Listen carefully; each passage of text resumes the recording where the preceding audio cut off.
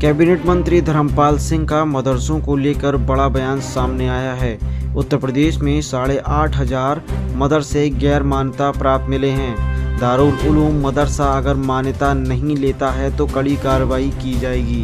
ऐसे मदरसों में पढ़ रहे बच्चों के अभिभावकों को भी बताया जा रहा है कि इन मदरसों में बच्चों को ना पढ़ाएं। जनता के कल्याण में जो बाधा डालेगा उनके खिलाफ कड़ी कार्रवाई की जाएगी।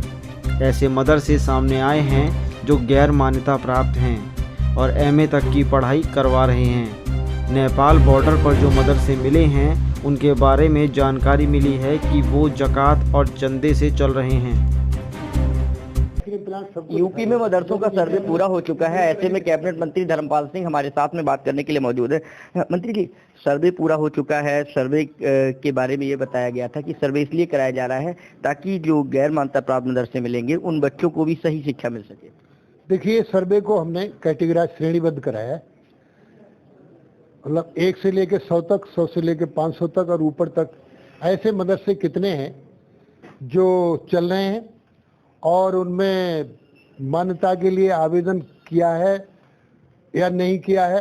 तो इसको कड़ाई से अब ये उनको कहा है कि मदरसा के नियमों को मानेंगे तो वो मदरसा शिक्षा में आएंगे और मदरसा शिक्षा के नियमों को नहीं मानेंगे तो मदरसा शिक्षा के अंतर नहीं आएंगे। यूपी में कितने मदरसे ऐसे मिले हैं सर जो गैर मान्यता प्राप्त हैं?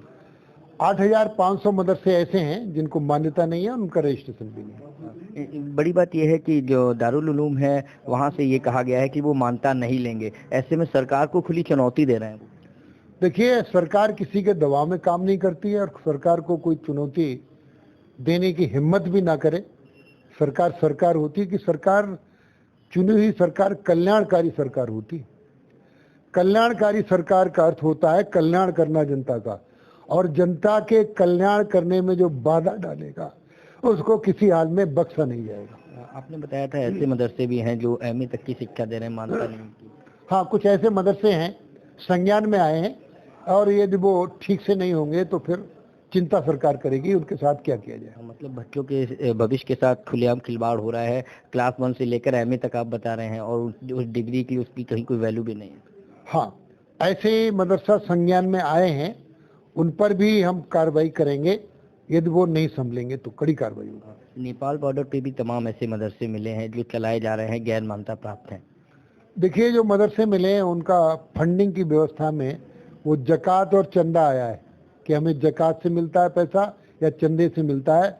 तो फिर उसको अब माननीय मुख्यमंत्री जी के साथ बैठकर प्रेजेंटेशन उन्हें दिखाएंगे, फिर माननीय मुख्यमंत्री जी के जैसा निर्देश होगा उस अनुसार कार्रवाई करें। क्या टेरर फंडिंग की भी बात आई है कुछ मदरसों में जो ऐसे संवेदनशील इलाकों में चल रहे हैं? देखिए, ये सब सिस्टम में आएगा तो बात करेंगे। उपचुनाव यूपी में हो रहे हैं, उसमें क्या लगता है कि डिम्पल यादव भी बड़े बड़े नाम शामिल हैं जो मैदान में हैं, तो कैसे बीजेपी उनका सामना करेगी? बीजेपी सामना नहीं, बीजेपी तो चुनाव जीतने के लिए चुनाव लड़ रही है, सामना करने के लिए नहीं। भारतीय जनता पार्टी उत्तर प्रदेश में सभी उपचुनाव जीतेगी। अगर बात करी जाए रामपुर सीट की, सबसे इम्पोर्टेंट सीट मानी जा रही है, आजम खां का जो वोट देने का अधिकार है वो भी छीन लिया गया है। ये वोट देने का अधिकार चुनाव आयोग ने छीना और जो यदि कोई नियमों के विपरीत आचरण करता है तो कानून बहुत बड़ा है। कानून से खिलवाड़ करने का अधिकार किसी को नहीं है। कानून ने अपना काम किया है, इसमें कोई टिप्पणी करने की आवश्यकता नहीं। रामपुर में इतिहास बदलेगा। रामपुर का इतिहास बदल चुका है और बदल जाएगा।